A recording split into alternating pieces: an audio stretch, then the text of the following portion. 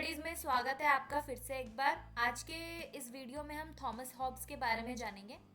और western political series में इससे पहले हमने काफ़ी वीडियोस पहले ही बना रखी हैं। आप प्लेलिस्ट में जाकर उन्हें देख सकते हैं। आशा करती हूँ आपको ये अच्छा लगेगा। तो आज का जो हमारा विषय है वो थॉमस हॉब्स है। थॉमस हॉब्स जो राजनीतिक दार्शनिक हैं और 17वीं शताब्दी के एक बहुत ही प्रसिद्ध दार्शनिक है, जो अपनी एक पुस्तक से बहुत ही ज़्यादा प्रसिद्ध हो गए थे। इस पुस्तक का नाम है लेवाइथन। और ये ऐसे विचारक थे जिन्होंने राज्य में कैसा शासक होना चाहिए, राज्य में मजबूत होना चाहिए शासक को, क्योंकि राज्य में लोगों को संभालने के लिए किस तरह की शक्ति का प्रयोग करना चाहिए, शासक को कैसा होना चाहिए, समाज को कैसा, मनुष्य कैसा है। ठीक है, ये सब चीज़ें हमें थॉमस हॉब्स के विचारों से देखने को मिलेगा। इनके मुख्य मुख्य विचार है प्राकृतिक अवस्था, सामाजिक समझौता। लिवाइथन इनकी फेमस बुक है, इसके बारे में समझेंगे।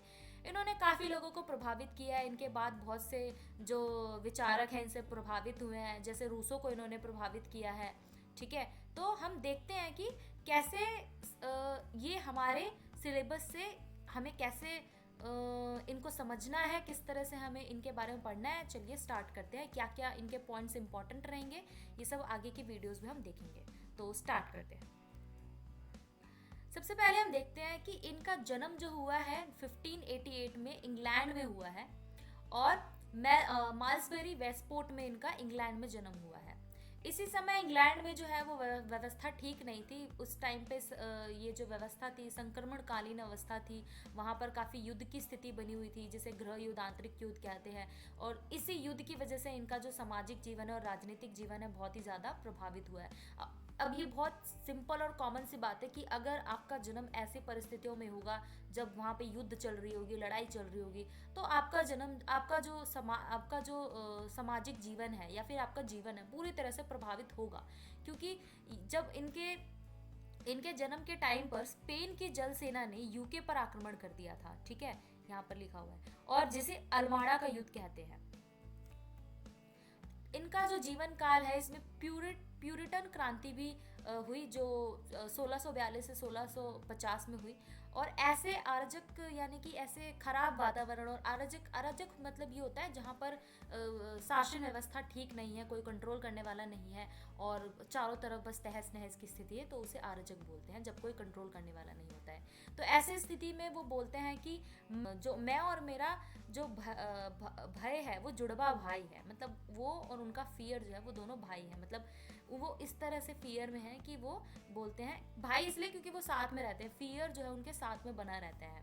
तो ऐसी नकारात्मक परिस्थितियों में उनका जन्म हुआ है, इसलिए वो ऐसा बोलते हैं कि मैं और मेरा भाई जो है वो, मैं और मेरा जो भाई है वो जुड़वा भाई है। ठीक है, अब हम इनको देखेंगे कि इन्होंने प्राकृतिक अवस्था का वर्णन किया है। क्या? प्राकृतिक।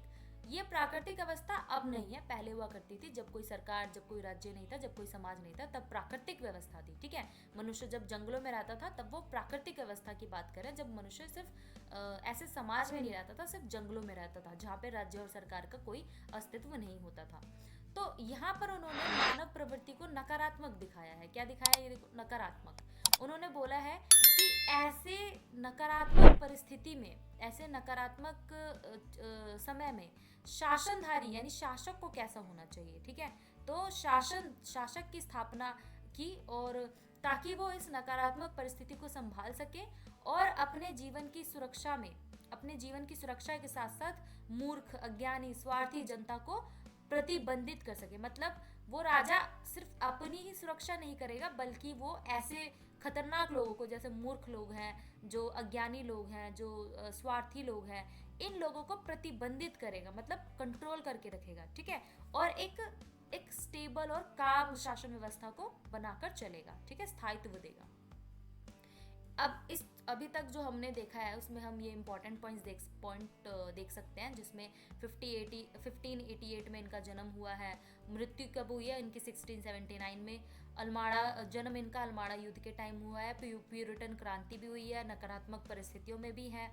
ठीक है, और इनका जो जन्म है वो समय से पहले ही हो गया था, मतलब 9 मंथ से पहले ही हो गया था इनका जन्म। अब हम यहाँ पर देखेंगे इनके कुछ प्रसिद्ध किताबें हैं। सबसे पहले डीकाई, जो 1642 में छपी, उसके बाद इसमें फिलोसफिकल रेडिमेंट्स कंसर्निंग गवर्नमेंट सोसाइटी के बारे में बताया गया है, गवर्नमेंट एंड सोसाइटी, ठीक है। लिवाइथन जो है वो सबसे ज़्यादा इम्पॉर्टेंट बुक है, 1651 को 51 में बनी है ये। और इसमें the matter of forms, power, commonwealth, ecclesiastical and civils, elements of law 1650 में बनाया गया है। इसमें नेचर और पॉलिटिक्स के बारे में बताया गया है। और भी किताबें हैं इनकी, देखते हैं।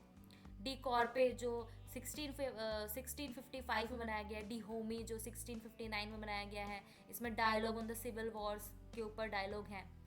हिस्ट्री और पेलोपोनेसियन वॉर 1629, ये जो किताबें हैं इनकी बहुत फेमस है, ये एग्जाम्स में पूछा जाता है, चाहे वो नेट हो, चाहे वो यूजी पीजी का एंट्रेंस एग्जाम हो, चाहे वो आपका बीए का कोई एमए का एग्जाम हो, ये बुक्स आप लिख सकते हैं इनके।